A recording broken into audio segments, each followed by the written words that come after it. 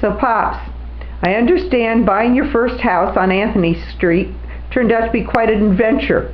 Can you tell me a little more about that first house you bought and owned? Well, first of all, we found an ad in the paper. The house was set up for $1,200, and we looked into it and found that we could buy it with no money down, just pay the interest, and that was about all we could afford at the time. And so we bought the house, and it needed some work. It had no water in it, and somebody had started to put water in. There was a ditch dug halfway to the road, so we put the pipe in the water, and Grandpa Rodder helped us install a bathroom, and there wasn't much to the house. The rooms were very small. It had no heat, so we had to use a kerosene burner to heat the house. And one thing I do remember, the master bedroom was large enough so that we could get a bed and a dresser in, but we could hardly get the dresser drawers open because they pumped into the bed.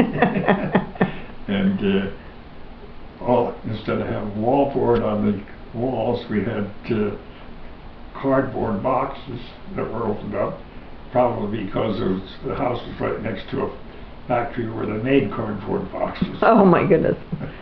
And we decided that we wanted to put a furnace in, but there was no place to put it up in any of the rooms upstairs, and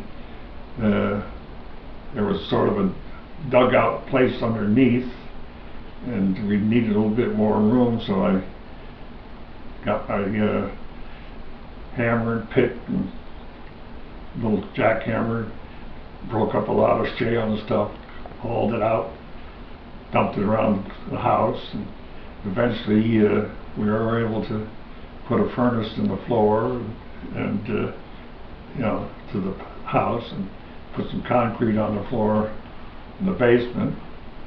And what else did you put in the basement? Was it just the furnace? No, that was all. There wasn't much more room. Washer and dryer or anything? No, no? Mm-hmm. Washer and dryer. No such things, huh? No such thing in those days. I don't recall how Mom did the washer and dryer, probably in the sink. How many rooms were in the house altogether? Well, there was a small kitchen, as I remember. I don't remember exactly. A small living room. What was Irene's room with a crib, and the small bedroom. And I can't recall whether there was a little porch out on the side or not, but there was a place to get underneath the house. But that was about it as far as the house on Anthony Street goes. And isn't there some kind of story about my mother in the basement down there? Oh yes.